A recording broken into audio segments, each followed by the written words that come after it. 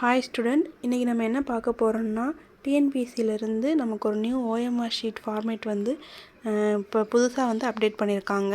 So அந்த பழைய OMR ஷீட்டுக்கும் இப்போவும் உள்ளதுக்கும் என்ன டிஃப்ரென்ஸு, இப்போ உள்ள ஷீட்டை வந்து நம்ம எப்படி ஃபில் பண்ணலாம், அது என்னென்ன அதில் உள்ள என்னென்ன ஃபார்மேட்னால் கொடுத்துருக்காங்க அப்படிங்கிறத நம்ம இப்போ பார்க்கலாம். ஸோ இந்த ஓஎம்ஆர் ஷீட்டில் என்ன கொடுத்துருக்காங்கன்னா, இங்கே வந்து நம்மளோட நேமு, அப்புறம் ரிஜிஸ்டர் நம்பர் இது எல்லாமே பிரிண்ட் ஆகியே வந்துடும். இங்கே நம்ம ஃபோட்டோவோடு வந்துடும். ஸோ இது வந்து இதில் நம்ம எதுவுமே என்ட்ரு பண்ண தேவையில்லை. நமக்கு ஒரு கொஷின் பேப்பர் கொடுப்பாங்க. அந்த கொஷின் பேப்பரில் உள்ள புக்லெட் நம்பரை மட்டும் நம்ம இங்கே என்ட்ரு பண்ணுற மாதிரி இருக்கும். ஸோ நெக்ஸ்ட்டு என்ன சொல்கிறாங்கன்னா, டிக்ளரேஷன். நான் வந்து பேஜ் 2ல் உள்ள எல்லா அந்த கொடுத்துருப்பாங்கள்ல நிறையா, அந்த இதை ஃபுல்லாக நான் படித்து பார்த்துட்டேன், அது எனக்கு புரிஞ்சிருச்சு அப்படின்னு சொல்லிட்டு நம்ம இங்கே சைன் பண்ணுற மாதிரி இருக்கும். இங்கே பேஜ் 2ல் என்ன கொடுத்துருப்பாங்கன்னா, சில இன்ஸ்ட்ரக்ஷன்ஸ்லாம் கொடுத்துருப்பாங்க. என்னென்னா, நம்ம வந்து அந்த ஷீட்டை வந்து எந்த ஒரு சேதப்படுத்தக்கூடாது அந்த மாதிரி சொல்லியிருப்பாங்க. நெக்ஸ்ட்டு வந்து எந்த மாதிரினா ஷேட் பண்ணணும், எந்த மாதிரி பண்ணக்கூடாது. ஸோ இந்த கொடுத்துருக்க இந்த ஃபார்மேட்டில் இது எது மாதிரியுமே நம்ம பண்ணவே கூடாது. இந்த மாதிரி மட்டும்தான் நம்ம பண்ணணும். ஸோ நெக்ஸ்ட்டு வந்து அந்த மாதிரி ஏதாவது நம்ம பண்ணோம் அப்படின்னா, அது வந்து அந்த ஷீட்டே வந்து நமக்கு இன்வேலிடேஷன் பண்ணிடுவாங்க. ஸோ அங்கே வந்து வேலிட் பண்ண மாட்டாங்க. நெக்ஸ்ட்டு வந்து நம்ம பால் பாயிண்ட் பென் மட்டும்தான் பிளாக் கலர் யூஸ் பண்ணணும்.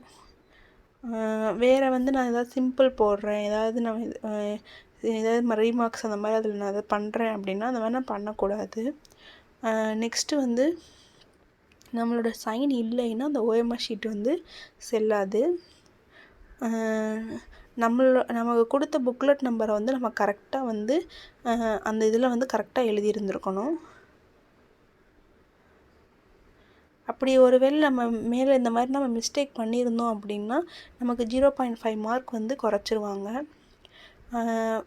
அந்த வினாத்தாளில் வந்து அந்த நம்ம கொடுத்துருக்குற அந்த ஓஎம்ஆர் ஷீட்டில் வந்து ஏதாவது ஒரு இடம் வந்து காலியாக விட்டுட்டாங்க, ஒரு பேஜில் வந்து ஏதாவது ஒரு இதை விட்டுட்டாங்க அப்படின்னா நமக்கு வந்து அந்த 0.5 மார்க் போயிடும்.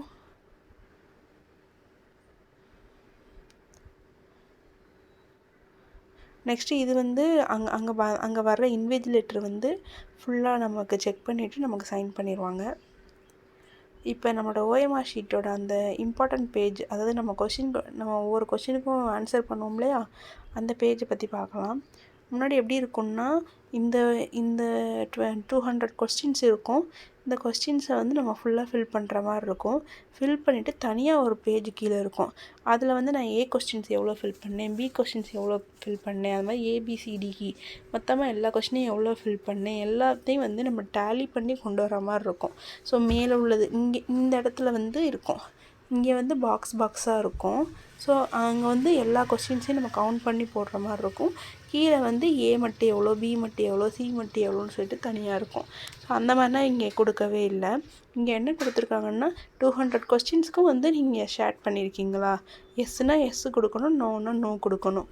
அப்படி நான் ஒரு 5 கொஸ்டினுக்கு வந்து நான் ஷேர் பண்ணலை அப்படின்னா இந்த இடத்துல வந்து அந்த நம்பர் ஆஃப் கொஸ்டின்ஸ் எவ்வளவோ அந்த கொஸ்டினோட நம்பரை போடணும். இங்கே வந்து நம்மளோட தம்ப்நெயிலோட அந்த இம்ப்ரெஷனை வந்து கொடுத்துடணும்.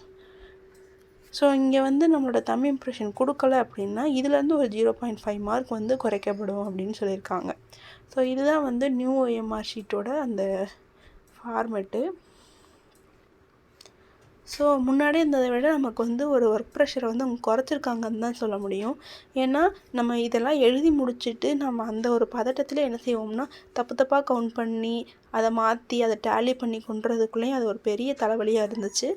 இப்போ வந்து ஒன்றும் இல்லை, கரெக்டாக நம்ம எழுதுகிறோம். 200 கொஸ்டின் எழுதிட்டோம்னா எஸ்ன்னு போட போகிறோம். இல்லை நான் ஒரு 4 கொஸ்டின்ஸ் நான் அட்டன் பண்ணாமல் இருந்துட்டேன் அப்படின்னா அது எத்தனை நம்பர் ஆஃப் கொஸ்டின்ஸோ அதை மட்டும் எழுத போகிறோம், அவ்வளோதான். ஸோ இது வந்து ஈஸியாக தான் இருக்குது. முன்னாடி இருந்த ஃபார்மேட்டை விட இந்த ஃபார்மேட் வந்து கொஞ்சம் ஈஸியாக தான் இருக்குது. ஸோ இதுதான் இப்போ கொடுத்துருக்க அப்டேட்டான அந்த ஓஎம்ஆர் ஷீட்டு. ஸோ இதை நல்லா பார்த்துக்கோங்க. ஸோ நெக்ஸ்ட்டு ஏதாவது டிஎன்பிஎஸ்சிலேருந்து அப்டேட் வந்துச்சுன்னா அதில் உங்களை மீட் பண்ணுறேன். ஸோ சைனிங் ஆஃப், தரன் அகாடமி. ஸோ நம்ம சேனலை சப்ஸ்கிரைப் பண்ணாதவங்க பண்ணிக்கோங்க, லைக் பண்ணுங்கள் அண்ட் ஷேர் பண்ணுங்கள்.